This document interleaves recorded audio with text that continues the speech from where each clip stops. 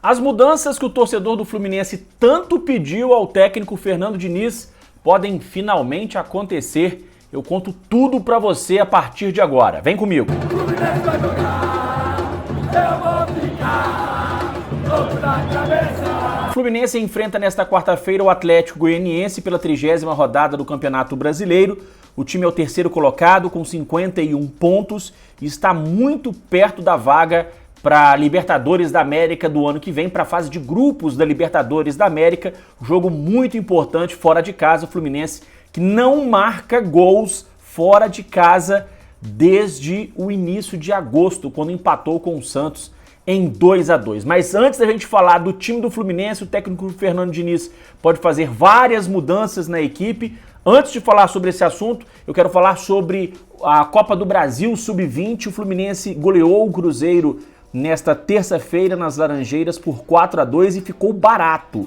Quem viu o jogo sabe disso. Poderia ter sido 6-7. O Fluminense errou um caminhão de gols, principalmente depois que o Cruzeiro teve um jogador expulso já na reta final do segundo tempo.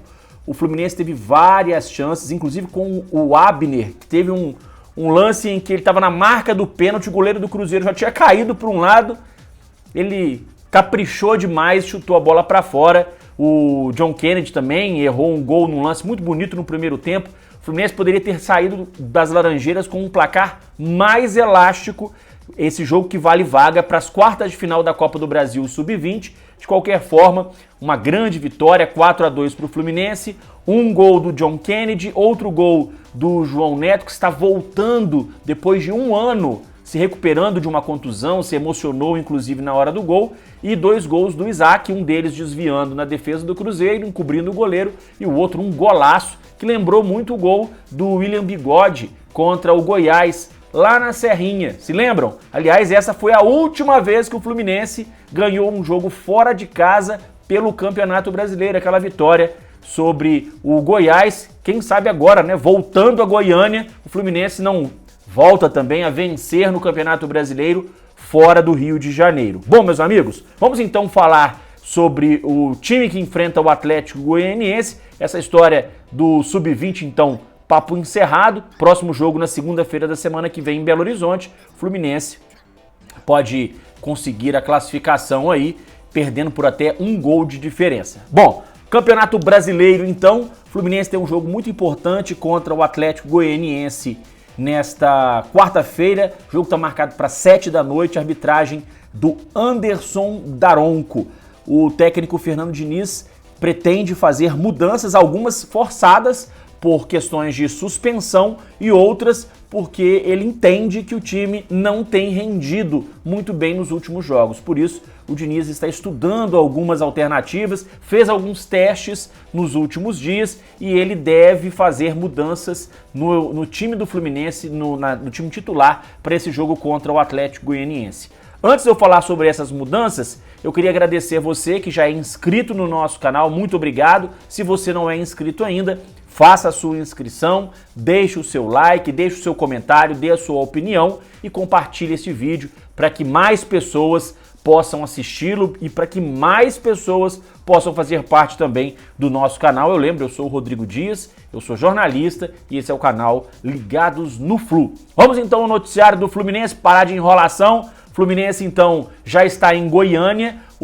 A delegação acabou demorando um pouco para chegar em Goiânia por causa do mau tempo, mas deu tudo certo, a delegação chegou tranquila, apesar do atraso, e agora a delegação descansa, o time descansa para o jogo desta quarta-feira contra o Atlético Goianiense. O técnico Fernando Diniz, ele tem 2 jogadores suspensos, o zagueiro Manuel, que foi expulso de novo, e o Samuel Xavier, que tomou o 3º cartão amarelo, isso todo mundo já sabe. Bom, para o lugar do Manuel, o Nino volta ao time, o Nino que foi poupado, foi preservado do jogo contra o Atlético Mineiro, o Nino volta ao time então contra o Atlético Goianiense. A questão toda é quem será o companheiro do Nino na zaga. O Felipe Melo é o favorito, mas o David Braz foi testado na zaga ao lado do Nino. Então o David Braz tem chance sim de entrar no time nesta vaga então na defesa, e aí o Felipe Melo ficaria no banco de reservas. É o que todo torcedor do Fluminense espera, que o Felipe Melo volte para o banco de reservas e que um zagueiro de ofício, né, já que o Fluminense tem também o David Duarte, mas um zagueiro de ofício jogue ali na posição, e o David Braz foi testado, pode ser uma das novidades do técnico Fernando Diniz. A outra mudança que o Diniz vai fazer na defesa também é forçada por causa do Samuel Xavier. O Calegari é o favorito, o Fluminense não tem outro jogador para a posição. O Calegari, todo mundo sabe também que não é não é lateral direito de ofício, ele é volante, mas como o Fluminense montou mal o elenco, o Calegari é a única opção que o Fernando Diniz tem, a não ser que ele invente alguém, mas isso não deve acontecer. O Calegari deve ser mesmo o jogador escolhido para atuar na lateral direita.